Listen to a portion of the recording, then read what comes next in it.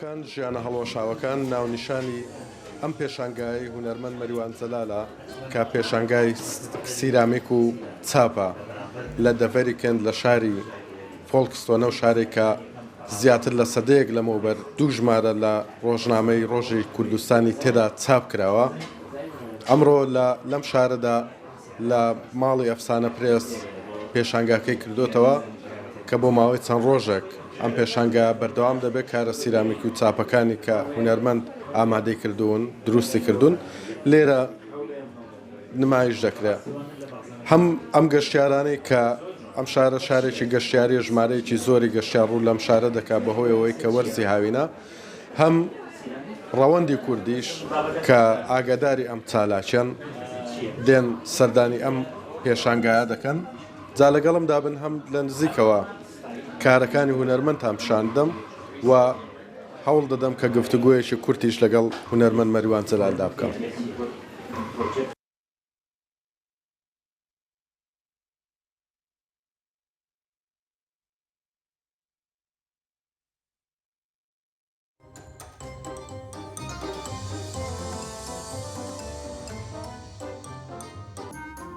بەڕاستی زۆر گرنگە بەلامەوە بچکە یەک ئێمە بۆ ئێمە ئەم شارە بەڕاستی چەند جاریش ئەومان بوتووە کە خۆشبەختانە جاری کە کورد کە هاتوتۆنەوە ئەم شارە و بەم شێوەیە بەڕاستی کە شێوەی زۆر پرۆفشناڵانەیە و گەلەریەکە بێ و کاک گۆرانیش بەڕاستی لەگەڵ ئەلێکس کە هەردووچیان دوو کەسی زۆر بەتوانان لەگەڵیشە کتێبیانەیە ئەفسانە پرێس خۆی با بڵین چاپەمەنیەکی زۆر تایبەتیان هەیە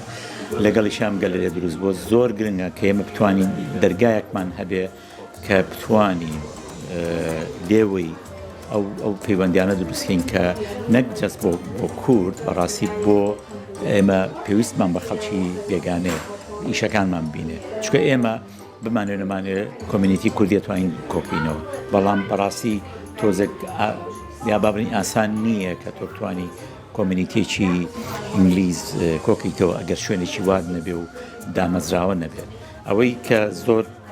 جگای خۆشحاڵیەکە گۆران هەوڵێکی زۆریەوە کەم شوێنە ڕابگرێت و هەڵبەت سوپاسی بۆ هونەرمەندانی تریش کە پێشتر ئێمە لێرە پێشانگای ئەنفالمان کردەوە بەڕاستی بینەرێکی زۆر باشیە بوو ینی زیاد لە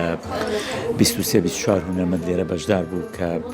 ئیشەکانیمان کۆ کردەوە من ڕێخەری پێشانگاکە بووم.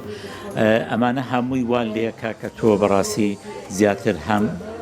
هەوڵ بی کە ئەم شوێنانە بێڵیتەوە لە پێناو دروستکردنی ئەو پەیوەندیانە بە تایبەتی ڕاستە شارێکی بچووکە بەڵام جموجۆڵێکی زۆر باشی تایە لێرە کە بەڕاستی دوایەوەش کەسانی کە لێرە ژین کاخار کە هەمیشە کەسێکی ئەکتیڤە لێرە توانیوێتی کە بابلین پەیوەندێکی باش و تون تۆڵ لەگەڵ ئەجنبیەکانی ئێرە دروستکە. ئەوە زۆر گرنگە بۆ ئێمە و بە هیوام ئەفسانە پرێس ببێتە دەرگایەک بۆ ئەو کۆکردنەوەیە و بۆ ناساندنی هونەری کوردی و کتێبی کوردی.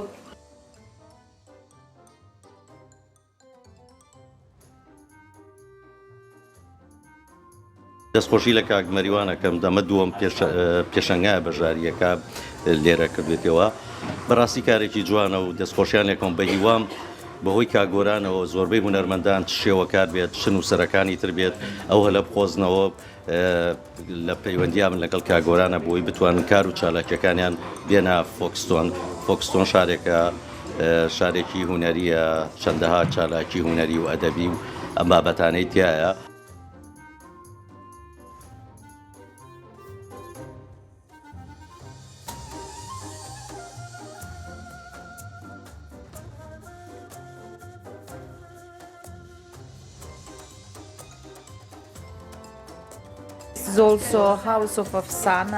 ئەمە ماڵی ئەفسانە پرێسە